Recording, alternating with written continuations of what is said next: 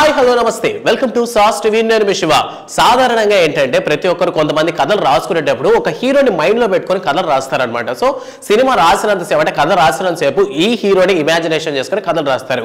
కొంతమంది ఏంటంటే ఈ కథలు హీరోకి సూట్ అయితే అనుకుంటారు, కొంతమంది ఏంటంటే హీరోకి తగ్గట్టు కథలు రాస్తారనమాట. అంటే పలానా హీరోతో నేను డైరెక్ట్ చేయాలనుకుంటున్నాను కాబట్టి ఆ హీరోకి తగ్గట్టు కొంతమంది కథలు రాస్తారు.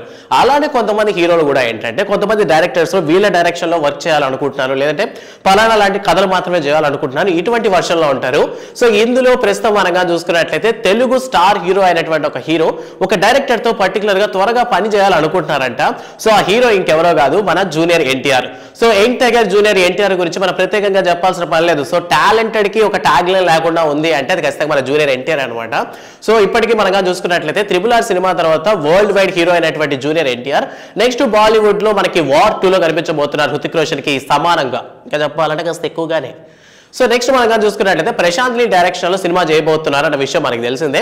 సో ఆఫ్టర్ దేవరా తర్వాత వార్ సినిమాలో బిజీగా ఉంటారు. సో ఈ టైంలో ఏంటంటే ప్రశాంత్ నీల్, సో ఈ గ్యాప్ లో ఏంటంటే ప్రశాంత్ నీల్ ప్రభాస్ తో తీసినటువంటి సలార్ కి సీక్వెల్ తీయబోతుంటారు.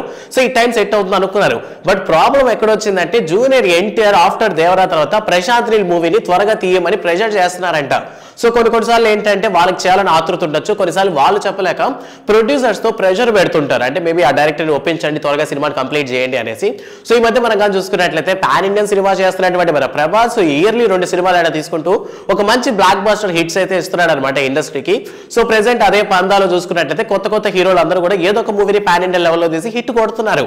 సో మనం కానీ చూసుకున్నట్లయితే ఆఫ్టర్ RRR తర్వాత చాలా గ్యాప్ తర్వాత దేవరా అనేటటువంటి సినిమా రిలీజ్ అవ్వాల్సిన కూడా ప్రెసెంట్ పోస్ట్ పోయి అక్టోబర్కి చేరుకుందనమాట. సో ఈ గ్యాప్ లో వార్ 2 యాక్షన్ సీక్వెన్సెస్ చేస్తున్నారు. అండ్ ఈ మధ్య గ్యాప్ లో ఏం జరిగిందంటే దేవరా సినిమా తర్వాత ఎన్టీఆర్ ప్రశాంత్ నీల్ డైరెక్షన్ లో మూవీ ఎంత వీలైతే త్వరగా కంప్లీట్ చేయమని ప్రెషర్ చేస్తున్నాడు అనేటటువంటి వార్తలు ప్రెసెంట్ సోషల్ మీడియాలో బాగా ట్రెండ్ అవుతూ ఉన్నాయి. సో వైరల్ అవుతున్నటువంటి ఈ న్యూస్ పరంగా మనగా చూసుకున్నట్లయితే ఇప్పటికే జూనియర్ ఎన్టీఆర్ ఏంటంటే కొన్నిసార్లు SS రాజమౌళితోనూ పూరితోనూ చెప్పడం జరిగిందనమాట. అంటే పబ్లిక్ గానే చెప్పడం జరిగింది. సో బాలయ్య బాబాయ్తో పెట్టి మాతో ఎప్పుడు సినిమా తీస్తున్నారని. సో ఈ విధంగా కొన్నిసార్లు అన్నప్పుడు ఏంటంటే పక్క హీరో ఫ్యాన్స్ కి కాస్త తక్కువగానే అనిపించవచ్చు ఏంది ఇలా అడుక్కుంటున్నాడు అనేసి. బట్ ఓవరాల్ గా మనం చూసుకున్నట్లయితే ఫ్యాంటసీస్ ఉంటాయి, ఒక్కొక్కరికి కొన్ని ఫ్యాంటసీస్ ఉంటాయి. సో కొంతమంది డైరెక్టర్లతో వర్క్ చేస్తే ఆ ఫీలింగే వేరు. ముఖ్యంగా పూరి జగన్నాథ్ తో వర్క్ చేసినటువంటి ప్రతి హీరో ఫీలింగే వేరేలా ఉంటుంది అనమాట ఆఫ్టర్ మూవీ కంప్లీట్ అయిన తర్వాత.